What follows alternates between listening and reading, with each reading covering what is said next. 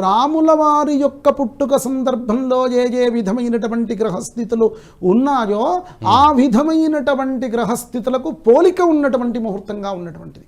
అది సూక్ష్మతుల్యంగా ఆలోచిస్తే, విజ్ఞానంతో ఆలోచిస్తే, ఒక జ్ఞాన దృష్టితో ఆలోచిస్తే అంతుపట్టేటువంటి స్థితి, కానీ పైన మిడిమిడి జ్ఞానంతో చూసేటువంటి స్థితిగా చూస్తే మాత్రము అంతుపట్టదు. వీరేదో అంటారు, ఇప్పుడు పుష్యమాసం కదా, ఈ పుష్యమాసం అందరికీ తెలిసిందే శూన్యమాసము. ఆ పుష్యమాసం తర్వాత మనము ముహూర్తాలు, వివాహాదులు, గృహప్రవేశాలు మనం పెడతాం కదా అంటే, మనమందరము కూడా చాంద్రమాయనులరా, మనము సౌరమానం అనేటువంటిది ఉంది, బారుహస్పత్యమానం అనేటువంటిది ఉంది, పంచాంగ గణాంకాలు అనేక విధంగా రాసేటువంటి ఆ విధమైనటువంటి ప్రకరణపూరితమైనటువంటి బేస్ ఉన్నటువంటి క్యాలిక్యులేషన్స్ బట్టి, వారి ప్రాంతాలను బట్టి అది ఆచరించేటువంటి ఆచార పద్ధతులు అనేటువంటివి ఉన్నాయి. కనుక వాటిని బట్టి మనం చేసుకోవాలి తప్ప మనం ఏది పడితే అది అనడానికి వీలు లేదు. మీరు ఒక మాట మాట్లాడారు అని అంటే ఎందుకు మాట్లాడారు అనేటువంటి దానికి సంబంధించినటువంటి వెనక ఉన్న స్థితిని నేను తెలుసుకోవాలి. అంతేకాకుండా మీరు మాట్లాడితే చాలు నేను ఖచ్చితంగా విడ్డూరంగా చూస్తాను అని అంటే దానికి విరుద్ధంగా ఉంటానంటే పనికిరాదు కదా. పుష్యమాసంలో ఎప్పుడు పుష్యమాసం పనికిరాదు అనంటే, కాలామృతాది గ్రంథాల్లో కాళిదాసు వారు మహాకవి, వారు రాసినటువంటి పూర్వ కాలామృతం, ఉత్తర కాలామృతం అని రెండు అద్భుతమైనటువంటి గ్రంథాలు. దాంట్లో పూర్వకాలామృతంలో వీటి గురించి ఖచ్చితంగా చెప్పబడింది. ఏమిటయ్యానంటే, పుష్యమాసంలో ధనుస్సంక్రమణం కాకముందు, ధనుస్సంక్రమణంలో అంటే ధనుర్మాసంలో కార్యాలు చేసేవారు కాదు. కనుక ధనుర్మాసం వర్జితమైనటువంటిది. పుష్యమాసంలో ధనుస్సంక్రమణమై మకర సంక్రమణం అయిన తర్వాత, అంటే ఉత్తరాయణ ప్రవేశకాలం అయిపోయిన తర్వాత పుష్యమాసం అంతయు కూడా చాలా శుభమాసము. పుష్యమాసమే కాదు, ఇక మాఘమాసము, పుష్యమాసము అత్యంత యోగదాయకమైనటువంటి మాసం అని చెప్పబడింది. ఇక్కడ లగ్నాలు ఏమిటి అనంటే ఇంకొక మీమాంస కూడా తీసుకొచ్చారు. ఎక్కడ తప్పు దొరుకుతుందో అని చూస్తున్నారే తప్ప ప్రతి మాటలో ఆ మాట్లాడిన దానికి వారికి తప్పు వెళ్తున్నదనే విషయం వారికి తెలియట్లేదు. శరలగ్నం కదా, మేషలగ్నంలో ముహూర్తం పెట్టారు. మధ్యాహ్నము 12:29 అది శరలగ్నం కదా, ప్రతిష్టలు స్థిర లగ్నంలో ఉండాలి కదా అనేటువంటిది. మరి ఒక లగ్నమే కాదు, మనిషిని వీడు మంచివాడు అని నిర్ణయం చేసుకోవడానికి తెలుపుదనం ఉంటేనే చాలా, మిగతా గుణగణాలు అక్కర్లేదా? కనుక అంటే అనేక విధమైనటువంటి శుభాలు ఎక్కువగా ఉంటే, శుభత్వం ఎక్కువగా ఉన్నటువంటి ముహూర్తాన్ని చూస్తాం. యోగత్వం ఎక్కువ ఉండాలి. కనుక లగ్నం కూడా యోగత్వంలో ఒక భాగమే. ఆ లగ్నానికి గ్రహస్థితులు ఎట్లా ఉన్నాయి? లగ్నంలో బృహస్పతి ఉన్నాడు. లగ్న ద్వితీయంలో అంటే అయోధ్య ముహూర్తం గురించి చర్చ. మేష లగ్నానికి ద్వితీయంలో ఉచ్చస్థానంలో చంద్రుడు ఉన్నాడు, భాగ్యస్థానంలో బుధుడు, శుక్రుడు, విజయకారకుడైనటువంటి కుజుడున్నాడు. అట్లాగే మరి శనీశ్వరుడు లాభస్థానంలో ఉన్నాడు.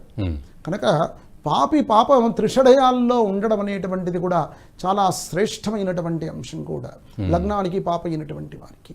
ఇంకా ఈ మిగతా పరమైనటువంటి అంశాలు ఆయనకు అది కూడా స్వస్థానమైంది. ఎవరికి? శనీశ్వరునికి స్వస్థానము కుంభము. కనుక లగ్నం అనేటువంటిది చాలా అద్భుతంగా ఉన్నటువంటిది.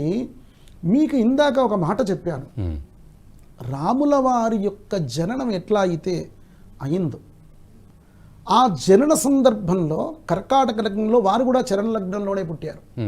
ఇక్కడ కూడా చరలగ్నం. లగ్నంలో చంద్రుడు, బృహస్పతి రాముల వారి పుట్టిన సందర్భంలో ఉన్నాడు.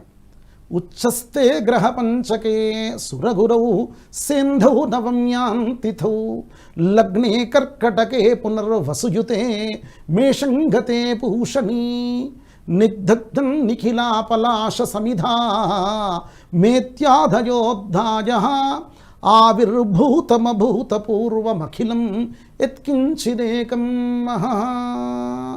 ఎట్లా రాముల వారు పుట్టారయ్యా 5 గ్రహాలు అనేటువంటివి వారు పుట్టిన సందర్భంలో ఉచ్చస్థితిలో ఉన్నాయి. వారి చరలగ్నమైనటువంటి కర్కాటక లగ్నము, సూర్యుడు ఉచ్చస్థానంలో ఉన్నాడు, కుజుడు కూడా ఆ మకరంలో ఉచ్చస్థానంలో ఉన్నాడు, శనీశ్వరుడు తులలో ఉన్నారు. కనుక ఈ విధమైనటువంటి గ్రహస్థితులు ఏవైతే ఉన్నాయో ఇప్పుడు కూడా భాగ్యస్థానంలో 3 గ్రహాలు అనేటువంటివి ఉన్నాయి. లగ్నాల నుంచి 3వ స్థానం 9వ స్థానము భాగ్యస్థానము. కనుక భాగ్యస్థానంలో 3 గ్రహాలు ఉన్నాయి, ఒక్కటి కాదు. విజయకారకుడైనటువంటి కుజుడు కూడా అందులోనే ఉన్నాడు. సాక్షాత్తు శుభగ్రహం ఏమిటయ్యా అంటే బృహస్పతి. ఇక్కడ ఇంకో అంశము, శుభగ్రహ వీక్షణ ఉంటే గ్రహాల్లో ఏ విధమైనటువంటి ఆ యొక్క ముహూర్తంలో ఎంత శుభమవుతుంది అని చెప్పబడింది. శుక్ర 5 సహస్రాని బుధ 5 శతాని చ లక్షమేకంతు దోషాని గురుః కేంద్ర వ్యపోహతు అని చెప్పబడింది సిద్ధాంత భాగంలో ముహూర్త దర్పణంలో.